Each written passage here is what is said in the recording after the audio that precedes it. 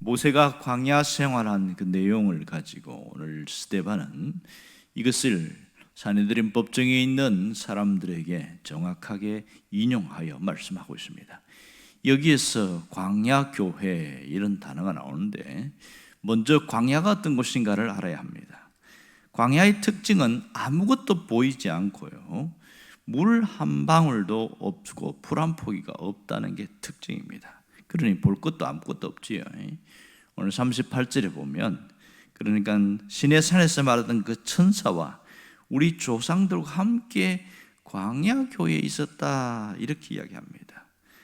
그러니까 모세가 시내산에서 말씀을 받은 곳이 그런 화려한 곳이나 대단한 곳이 아니고 시나이 반도에 있는 하나의 광야였다. 그리고 40년 동안 광야에서 있었다, 그 얘기만 강조하고 있습니다. 그런데 모세와 이스라엘 백성들이 똑같이 광야에 있었지만 그들이 지향하는 점이 서로 달랐다는 것을 알 수가 있습니다. 오늘 이 38절에는 광야 교회라는 이 용어가 굉장히 독특합니다.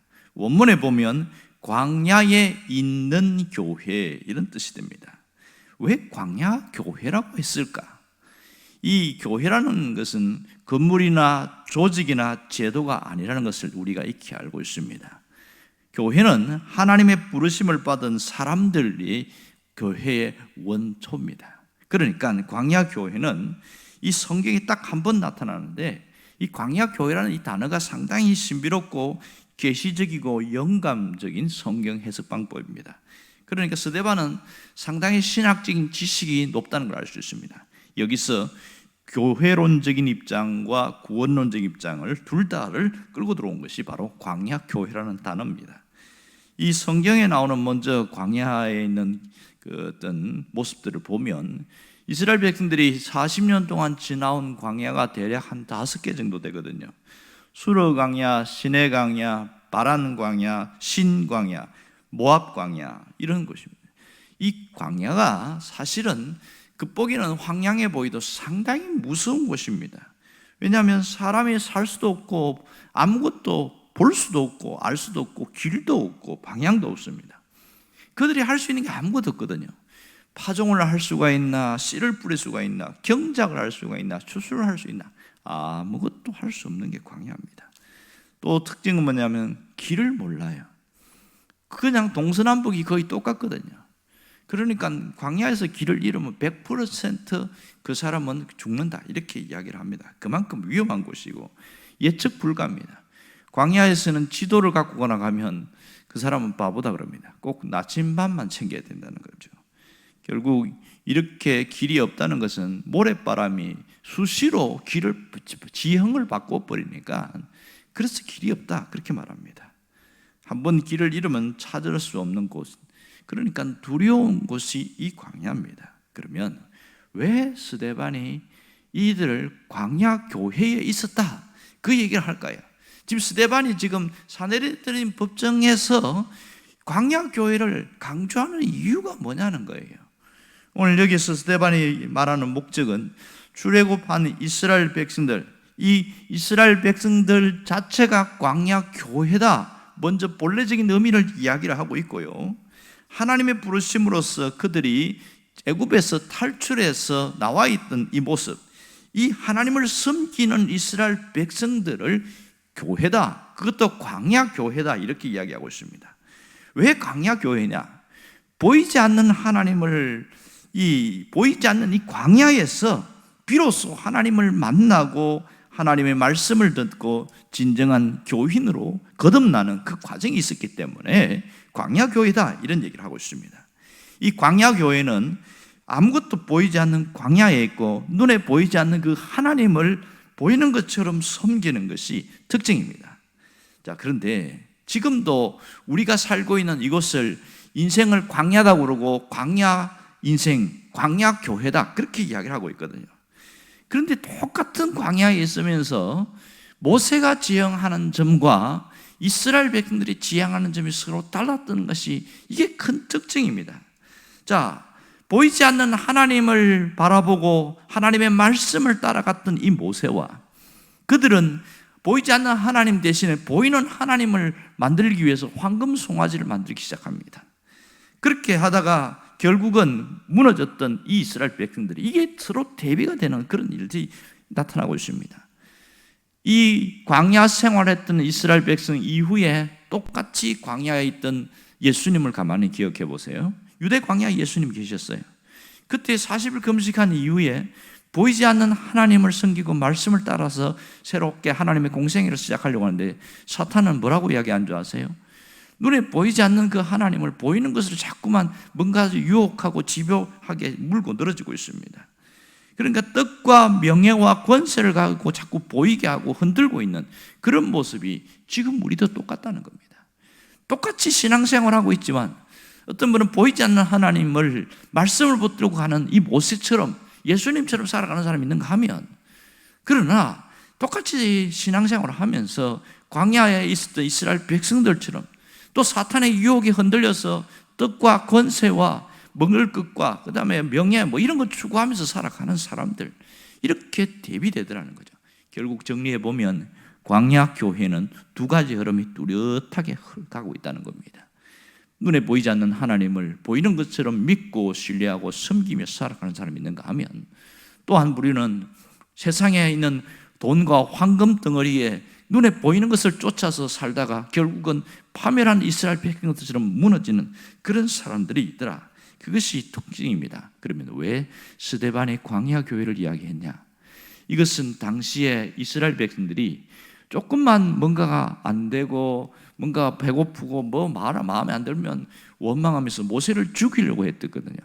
그 당시의 사람들처럼 이 종교 재판을 했던 이스라엘 이 지도자들이 예수님이 자기들 마음에 안 든다고 죽여버린 것, 이것을 대비시키고 있는 것을, 그래서 오늘 광야 교회다 이렇게 이야기합니다.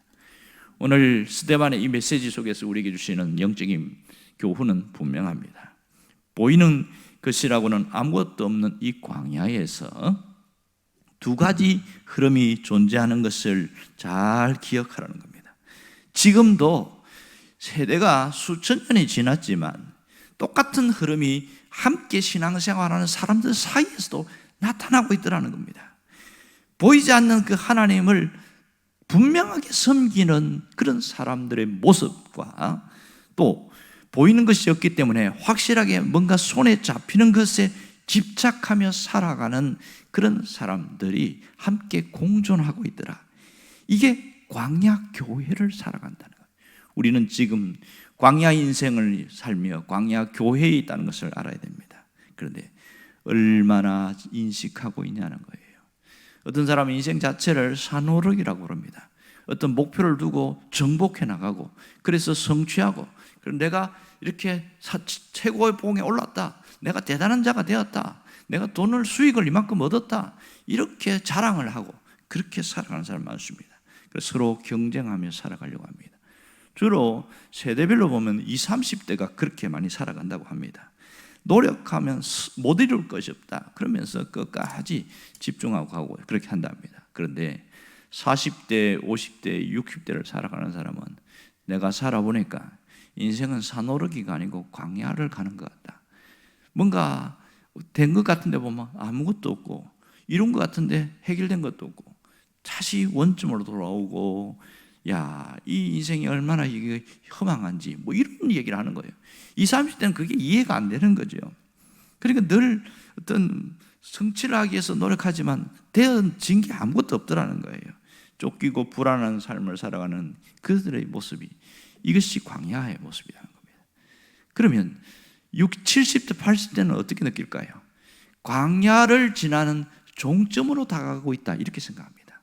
자신들이 이제 인생을 서서히 마감해 나가는 광야 끝을 향해 가고 있다 이렇게 이야기합니다. 정말 성경적인 표현은 인생은 산을 오르는 것이 아니라 광야를 지나가는 것이다. 그렇습니다. 처음 시작했을 때나 끝을 마칠 때나 별반 차이가 없는 거예요. 그러나 분명한 끝은 있겠지요. 오늘 하나님 우리에게 깨닫기를 원하는 게 무엇일까요? 인생은 광야며 광야 인생을 사는 그리스도인들이라는 것을 잊지 말라는 겁니다. 모든 인생은 광야 인생을 살아간다는 거예요. 모든 교회는 광야 교회라는 사실이죠. 광야 인생을 살아가는 그리스도인들의 모임이 교회라는 겁니다.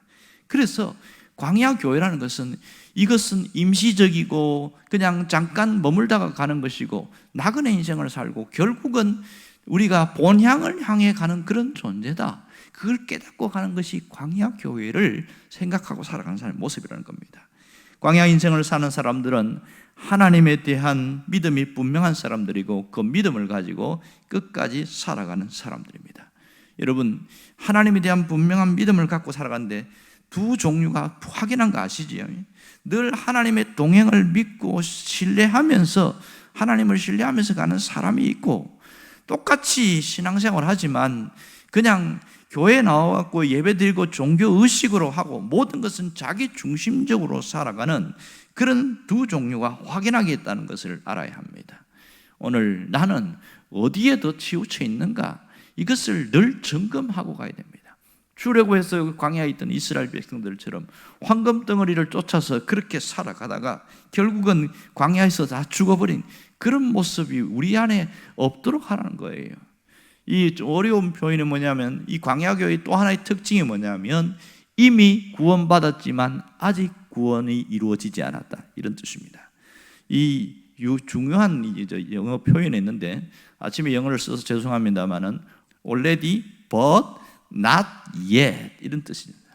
이게 하나님의 나라를 표현할 때 쓰는, 신학교에서 표현하는 굉장히 중요한 용어인데요, 이미 하나님의 나라가 이루어졌지만 아직 완전히 이루어진 건 아니다, 이렇게 표현하고 있습니다. 우리가 구원을 받았지만 완전히 구원받은 것은 아니다, 이 뜻입니다. 그러니까 이스라엘 백성들이 가나안에 가기 전까지 지금 광야에 있단 말이에요. 그러니까 애굽에서 광야로 나온 것, 출애굽에 나온 것은 구원으로 이야기를 하고 있어요. 그러나 그들이 생각이나 정신이나 모든 의식이 완전히 바뀌지 않았어요. 여전히 애굽의 삶을 동경하고 애굽적인 모습들이 여전히 있어서 노예 근성이 광야 생활 속에 끊임없이 드러나고 있더라는 게, 이게 바로 아직 구원받지 못하는 걸 말합니다. 조직신학적으로 표현하면 성화되어 가는 과정이다, 이렇게 표현할 수 있겠지요. 여러분, 내가 몸은 여기서 하나님을 섬기고 있지만 내 의식이나 생각이나 사상이 세속적이고 세상적이면 아직도 구원받지 못한 모습이거든요. 가장 쉬운 예로 어떤 분이 설교를 들으면서 저거 꼭 박 집사님이 들으면 좋겠다, 그런 생각을 하고 있는 사람은 이 사람은 아직도 지금 구원받지 못한 사람이다, 이렇게 표현하고 있습니다. 그 설교를 들을 때 내 말씀으로 들어야 그게 진정 거듭난 자의 모습이다, 그렇게 표현하는 것 똑같습니다. 여러분, 하나님은 인생 광야를 훈련의 장소로 주었다는 것을 잘 기억해야 됩니다. 오늘 지금 내가 광야의 인생을 사는데 이곳이 훈련의 장소라는 사실이에요. 자, 이스라엘 백성들 그 애굽의 요소를 씻어내는데 얼마나 걸렸을까요? 40년 걸렸어요. 상당히 긴 세월 동안 그 훈련하고 그러면서 씻어내기 시작했습니다. 우리 안에 세상적이고 세속적인 그 요소를 씻어내는데 상당히 긴 시간이 걸린다는 겁니다. 때로는 질병으로, 때로는 실패로, 때로는 고통으로 그런 것을 허락하셔서 우리에게 있는 그런 세상적이고 세속적인 요소들을 다 하나씩 뽑아버리기를 원하는 겁니다. 이제는 온전히 하나님의 말씀을 따라 살고 하나님의 말씀에 순종하며 살며 그렇게 오직 주님만 바라보고 갑니다, 그렇게 만들어 간다는 거예요. 그래서 여기서 훈련이 잘 된 사람은 덜 고생하고, 아직도 훈련이 덜 돼서 예수를 믿은 지 20년, 30년, 심지어 40년이 됐는데도 불구하고 의식이 세속적이고 세상적인 것, 육신의 정욕과 안목의 정욕과 이생의 자랑에 그것이 빼어 있는 사람은요, 심한 훈련을 받는 거예요. 죽을 때까지 고통받고 왜 이렇게 예수 믿는 게 힘드냐 이러다가 간다는 거예요. 왜 그렇습니까? 이 광야의 훈련을 안 받으려고 하니까 더 고통을 당하는 거죠. 그러다가 인생이 망가지는 경우가 얼마나 많은지 모릅니다. 광야의 인생에는 가장 중요한 것은 말씀을 따라 살고 그 말씀에 순종하며 가는 것이 대단히 중요합니다. 남아있는 이 세월들을 우리가 어떻게 살아가야 합니까? 인생 광야를 예수 그리스도와 함께 걸어갈 수 있기를 바랍니다. 예수님이 내가 곧 길이요 진리요 생명이라고 하겠습니다. 그분을 붙들고 갈아야 가장 안전하고 가장 온전하게 갈 수가 있습니다. 이런 광야 생활에 사탄은 끊임없이 그것이 무슨 대수냐, 눈에 보이는 것, 뭔가 손에 잡을 수 있는 것, 내가 가질 수 있는 것을 갖고 살아야 인생이 최고의 인생이지, 이러면서 유혹을 한다는 거예요. 그럴 때에 탁 정신을 차리고 오늘 세상에 있는 것보다 오직 예수 그리스도와 함께 살고 그분을 붙들고 나는 가리라. 그래야 그 세속의 유혹과 사탄의 유혹에서 능히 이겨낼 수 있다는 겁니다. 여러분, 우리가 이 짧은 인생을 살면서 하루하루의 선택이 얼마나 중요한지를 잘 기억하기를 원합니다. 눈에 보이는 것만 쫓다가 불나방처럼 사라지는 그런 인생을 살지 말고 눈에 보이지 않는 그 영적인 것과 소중한 것을 붙들고 마지막까지 주님 앞에 당당한 모습으로 걸어갈 수 있기를 주의 이름으로 축원합니다. 기도하겠습니다.